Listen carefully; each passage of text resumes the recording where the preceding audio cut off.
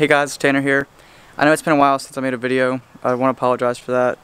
But now I'm back and we're going to be shooting a update to like what all we've done to the Jeep, and we're going to be changing the oil. So let's get to it. So since the last Jeep update, I have put some 33-inch tires with 17 by 9-inch rims, and I now have a rear bumper and tire carrier set up. So this is what it looks like as of now. I went with some 285 7017 Nitto Ridge Rapplers, and the rims are a 17 by 9 Rocktrix RT 105. The rear bumper is by DV8, and the tire carrier is their T6 tire carrier.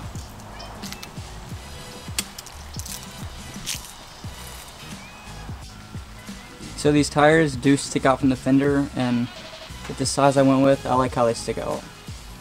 So with the new tire carrier, I also got a CB antenna.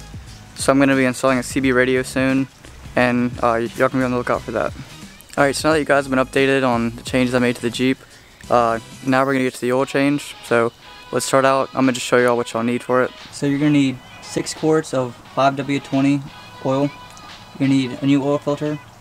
You're going to need a 24 and a 13mm socket with a ratchet. You're going to need some shop towels and something to drain it in. So to get started, the first thing we're going to do is remove this plastic engine cover. And then we're going to remove the oil cap to decrease the vacuum. So after you remove the oil cap, you're going to locate your drain pan and the drain bolt right there.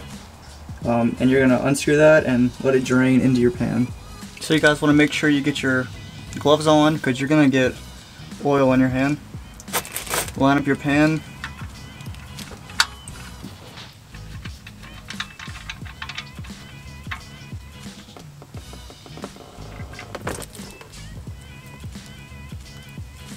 Alright, so while we let that drain, we're going to change our oil filter.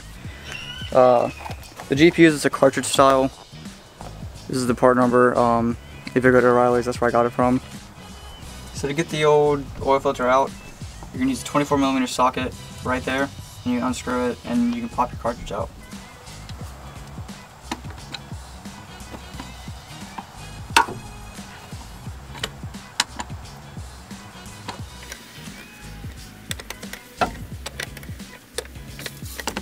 There we go.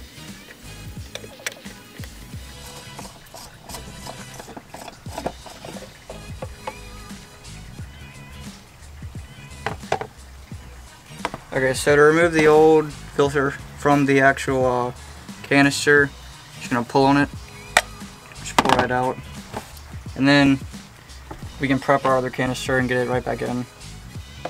So this is the new filter. To prep it, we're gonna take some of our new oil. You want to dip your finger in and rub it around the seals on it right there. So the next thing you have to do, on the old canister top, there's a O-ring. So you need to use a flathead screwdriver and pry the old one off. And your new filter should come with a new O-ring to put on it. So I've got some fresh oil on my finger.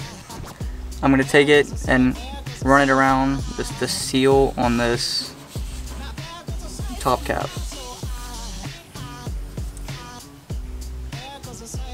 So after you do that, you can take your new oil filter, pop it right back in, you'll hear it click in, and then you're ready to reinstall it.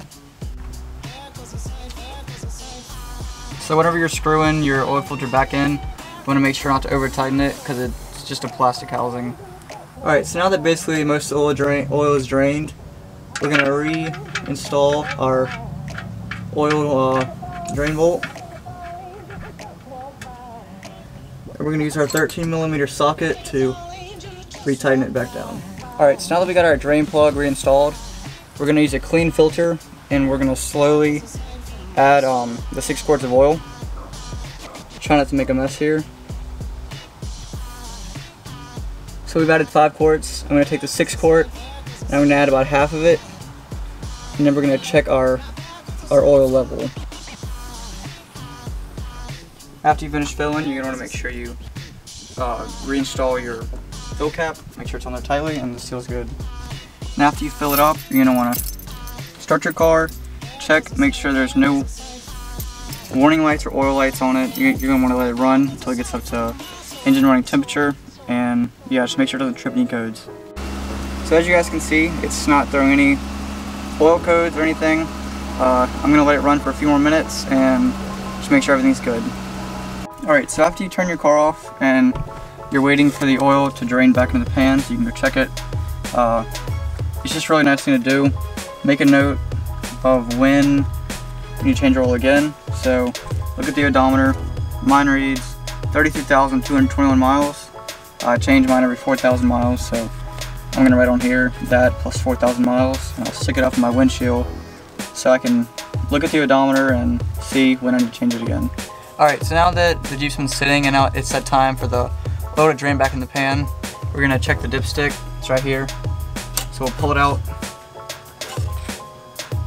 You want to have your paper towel ready to catch it, wipe it off,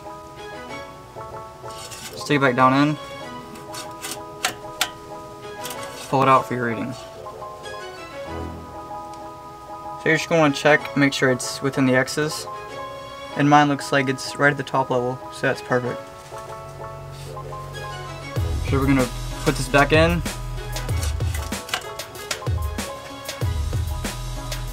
We're going to put our plastic engine cover back on, and we are done. So after you finish, you want to make sure you dispose of your oil properly. You can bring it to a recycling center, or you can just bring it back to the place where you purchase your oil from. Yeah, it just helps the environment out, and it's a good thing to do. So guys, that pretty much wraps up this video. I hope you guys enjoyed it. Be looking out for more. I'm going to be making videos on each of the upgrades that I've done. So I'll have a video on the tires and the wheels, and then I'll be doing a video on the tire carrier and rear bumper.